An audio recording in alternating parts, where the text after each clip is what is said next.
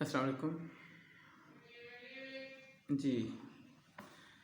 تو جناب آج بدھ 2 دسمبر ہم ناول شروع کر رہے ہیں رتن ناتھ سرشار کا، جس کے اقتباس صفحہ نمبر 42 پر دیا ہوا ہے آپ کی کتاب میں، داروغہ جی کی پانچوں گھی میں اور سر کڑائی میں۔ آج میں مختصر ترین الفاظ میں اس کا تعارف کرا دوں کہ یہ ایک طنزیہ اور مزاحیہ ناول ہے جس کے ہیرو کا نام میاں آزاد ہے، جو کہ ہر فن مولا ہے۔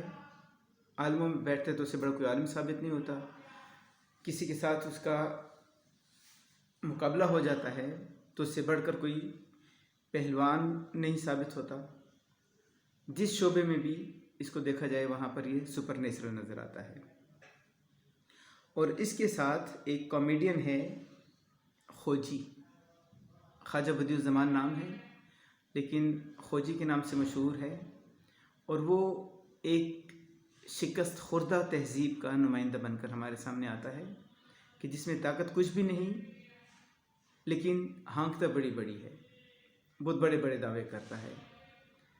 شکل صورت بھی اس کی اچھی نہیں، اس کا قد بھی بونا سا ہے، اور اس پر وہ بڑے بڑے آدمیوں کے ساتھ، بڑے بڑے زوراور لوگوں کے ساتھ مقابلے پر اتر آتا ہے، اور جب پٹ جاتا ہے، مار کھا لیتا ہے، تو آخر میں یہ کہہ کر وہاں سے رخصت ہوتا ہے کہ نہ ہوئی میری قرولی، قرولی ایک قسم کا خنجر آپ کہہ لیں، ورنہ ابھی بھونک دیتا، ابھی میں تمہیں اس خنجر سے لہو لہان کر دیتا، قتل کر دیتا، مار ڈالتا۔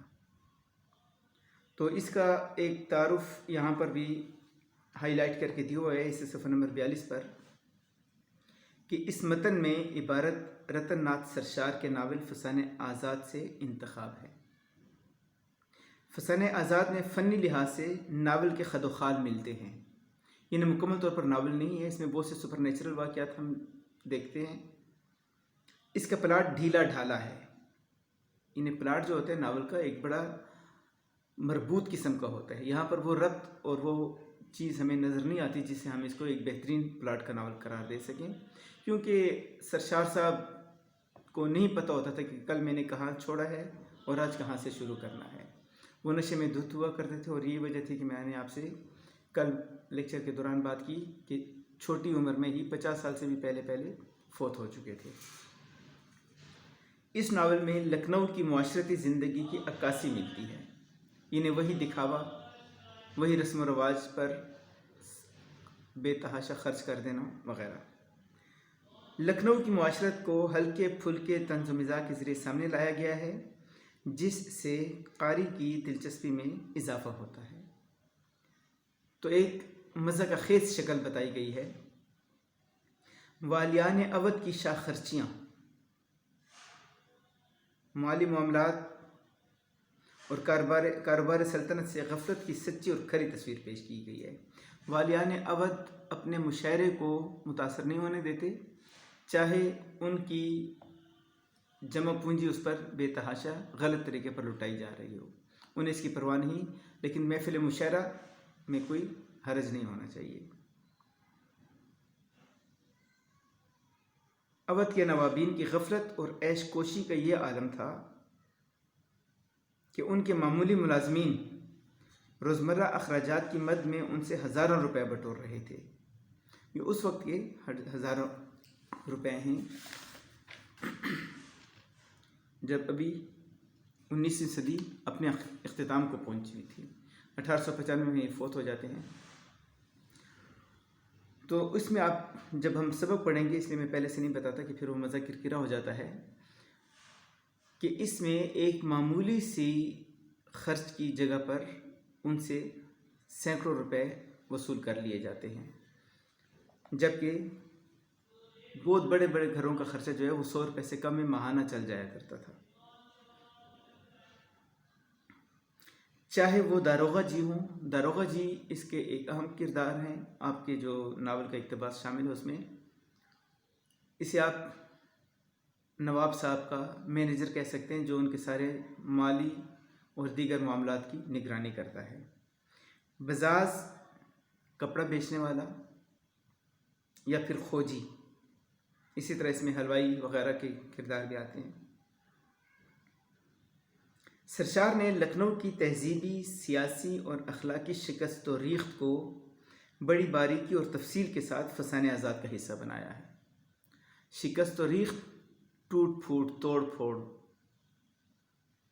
وہ جو تباہی بربادی مچی ہوئی تھی سیاسی طور پر، معاشی طور پر، جس کی ایک مثال آپ اپنے ملک میں دیکھ سکتے ہیں۔ آج کل کرونا کی وجہ سے جو معاشی ابتری پھیلی ہوئی ہے، تو اس وقت انگریز کرونا سے بڑھ کر خطرناک وائرس کی شکل میں عام موجود ہوئے تھے اور ہر چیز کو اپنی لپیٹ میں لے لیا تھا انہوں نے۔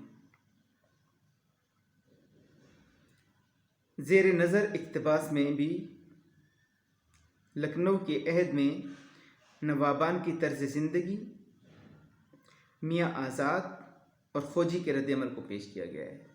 نواب صاحبان کی زندگی کے معمولات وہی ہیں، آمدن برائے نام بھی نہیں، اور اخراجات وہی پرانے ٹھاٹ باٹ، چاہے اس کے لیے اپنی حویلی، اپنے مکانات اور اپنی قیمتی چیزیں گروی رکھنی پڑ جائیں، اور پھر ان کو واپس وہ چھڑوا بھی نہیں سکتے۔